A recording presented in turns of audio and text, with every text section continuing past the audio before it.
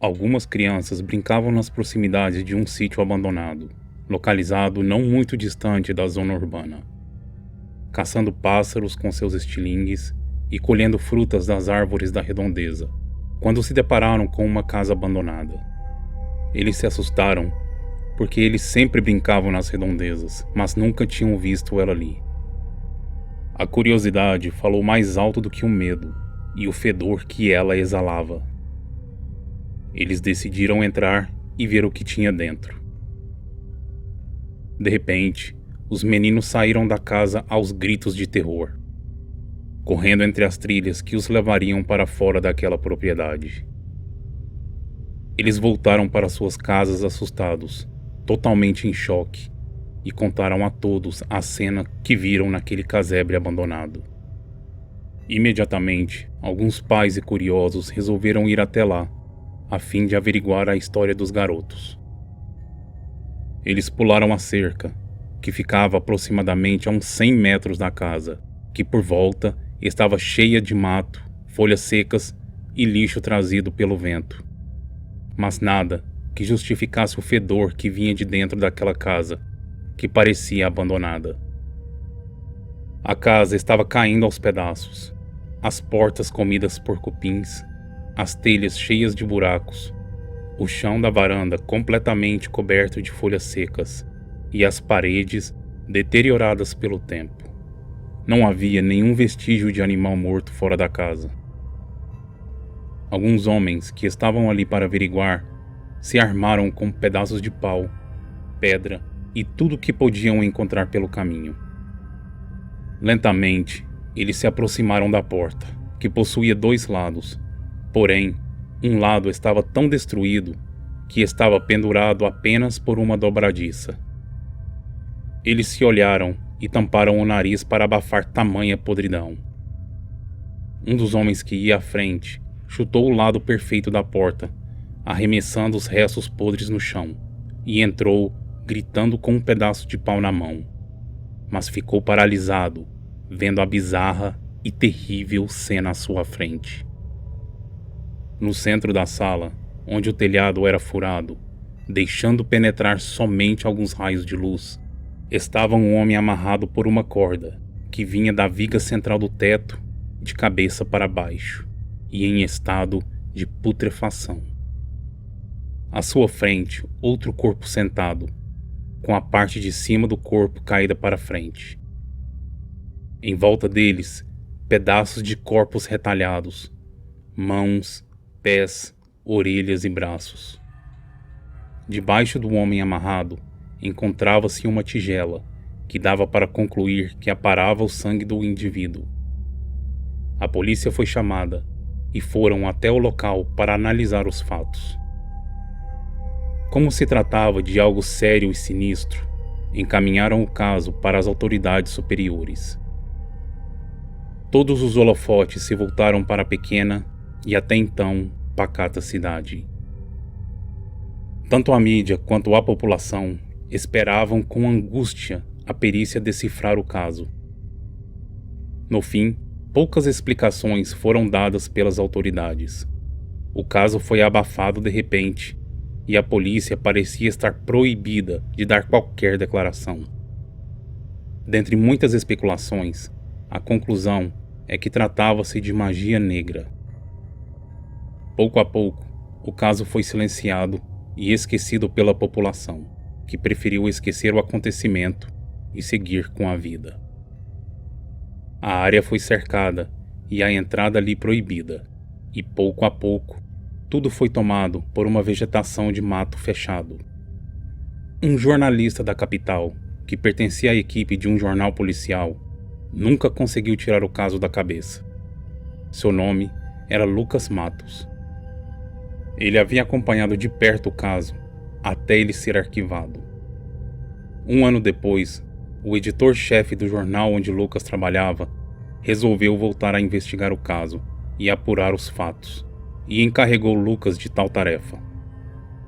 Através de contatos na polícia, ele iniciou a investigação, entrevistando agentes e policiais militares que, na época, estavam envolvidos na investigação. A primeira coisa que ele descobriu foi que a equipe policial achou no local uma câmera que registrou tudo o que aconteceu na casa antes dos corpos serem encontrados. A segunda é que não haviam somente 2 cadáveres, mas sim 5, sendo 2 mulheres e 3 homens. A terceira é que a filmagem revelava um ritual satânico e continha cenas bárbaras, chocantes e sobrenaturais. A primeira equipe que assistiu o ritual pelo vídeo não resistiu a tamanha perversidade da filmagem, e agora havia apenas um sobrevivente, o único que não suicidou. Porém, ficou louco e perdeu toda e qualquer sanidade mental. O ponto principal do caso ainda era mais misterioso. O vídeo desapareceu e virou motivo de grande temor na polícia, e que ninguém sequer referia-se ou tinha ousadia de falar do desaparecimento. Pelo menos não oficialmente. A história dizia que quem assistisse tal vídeo cometia suicídio alguns dias depois. Lucas descobriu que alguém dentro da polícia destruiu a gravação, porém, eles estavam desconfiados que outra pessoa havia feito uma cópia a fim de jogar as imagens na internet. O pior estava para acontecer. O ocorrido com o vídeo desaparecido era recente, e quem copiou provavelmente estava pronto para divulgar na web e desencadear uma maldição sem precedentes. Sem saber onde mais encontrar respostas, o repórter foi até a cidade a fim de investigar o local, tirar fotos e procurar alguma evidência que lhe daria uma resolução ao caso. Ele entrou em contato com 2 homens que fizeram parte do primeiro grupo na casa. Eles concordaram em levar ele até lá, mas ficariam de fora da cerca. Quando chegaram lá, um sentimento de desespero tomou conta dos guias, pois a casa já não estava mais lá. Era como se ali nunca houvesse tido uma construção. Os homens choraram de medo, pois eles nunca deveriam ter concordado em voltar ali, nem mesmo diante de tanto dinheiro. Por fim, um policial deu a Lucas o nome de um paranormal que havia ajudado a polícia no caso, o vidente Antônio Alves. Lucas contou a ele tudo o que sabia e sobre o desaparecimento da casa. E o vidente deu somente uma declaração: não assiste o vídeo, porque por pouco consegui resistir à força do mal que o acompanhava. Adverti a equipe que deveria destruir o objeto.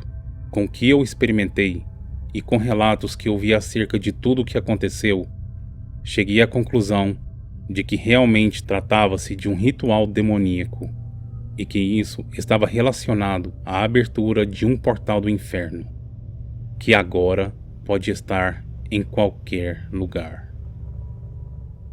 Mas e o vídeo?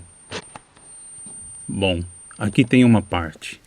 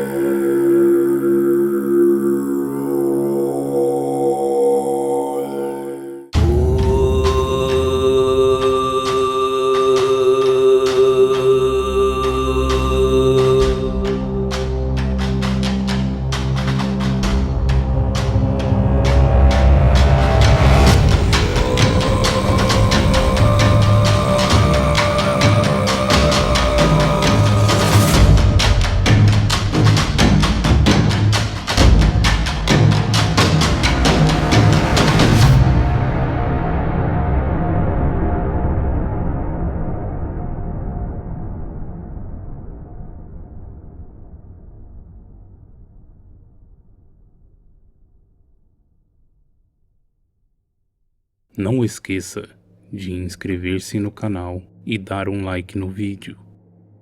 Não deixe de assistir os outros vídeos do canal. Eu tenho certeza que você vai encontrar a medida certa de medo que você procura.